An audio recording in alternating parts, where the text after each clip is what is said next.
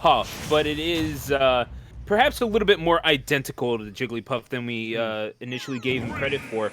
There's going to be the Kirby getting broken out in round number 1. In the small battlefield we go. It looks like it's going to be a quick lag test. That or this Jigglypuff is truly that scared of the dynamo that is Kirby Lloaf. I'm assuming that I'm so tempted to actually say Yof. You have no idea. I'm cool with it. I'm cool. Make a pack to say Yof only now. I'm so.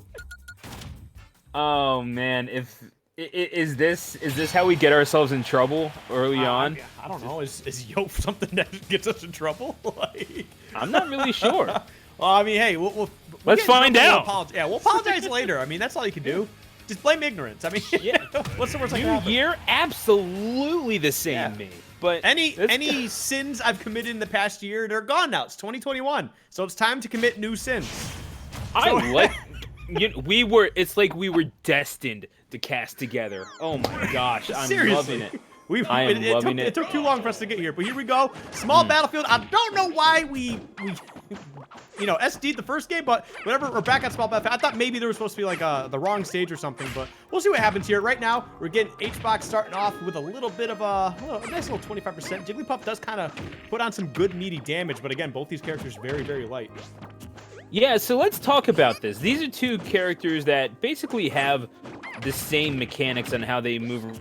We're getting a little bit of lag here. We do apologize for that, but we can assure you that it's not our fault. But regardless, yeah, pretty much the same game plan. They're trying to connect with the back airs, use their disjoints as effectively as possible, except, yeah, Jigglypuff can do that. The only thing is that obviously rest not the same as it is in Melee. You have the chance of not star KOing, thus you can just be punished for getting the KO. That's been a thing since, at the very least, Smash 4. Correct me if that's been a thing since earlier. But regardless of that, what is it that Lloaf, however you might want to, well, aside from punishing rest, what is it that they're going to be looking to do in order to establish the upper hand? Well, the first thing they'll be looking to do is to not get hit by rest twice now. And it's kind of crazy. You got to kind of attribute that to Hbox a little bit. Making rest work, especially against a smaller character like Kirby. So I don't know if that's just Hbox being on the money or if Yof is just out of position. But we could be seeing it again. Never mind. I thought we were going to see Hboxes pop off for for a rest way out there. But what? I don't know what happened there. But Yof got a SD. But to answer your question, Yof, Kirby in general should be looking to get like some really heavy combo games. So like obviously grab at early percentages. You do a forward throw that goes right into a forward air. Kirby's got a lot of big disjoints. I know Jigglypuff's got him too, but Kirby just seems a lot more aggro. Has a much heavier combo game. It's not like onesies, twosies, and then kind of backing up. So I mean, that's just kind of from watching like people like JJ and Ice Killer 305, two fantastic Kirby players. And I think what this Yof needs to do, if they want to actually make this a bit more competitive, in neutral, try using that final cutter a couple times. It's actually really effective. Yeah, establish just a little bit more space horizontally, maybe force that Jigglypuff into the air on terms that aren't entirely theirs. That definitely speaks to logic. At the same time, I do kind of wonder how effective that could be, especially against someone who is as practiced on this character as Hbox. And I'm not even talking about in Melee. This has kind of been their character since the beginning of Ultimate as well. Yeah, I mean, Hbox is the Jigglypuff. That's just really the only way to look at it.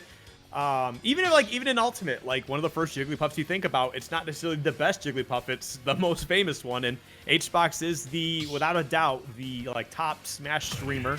And just kind of going off of that, they play Jigglypuff. You know that they're probably the #1 player in the world offline in Melee as well.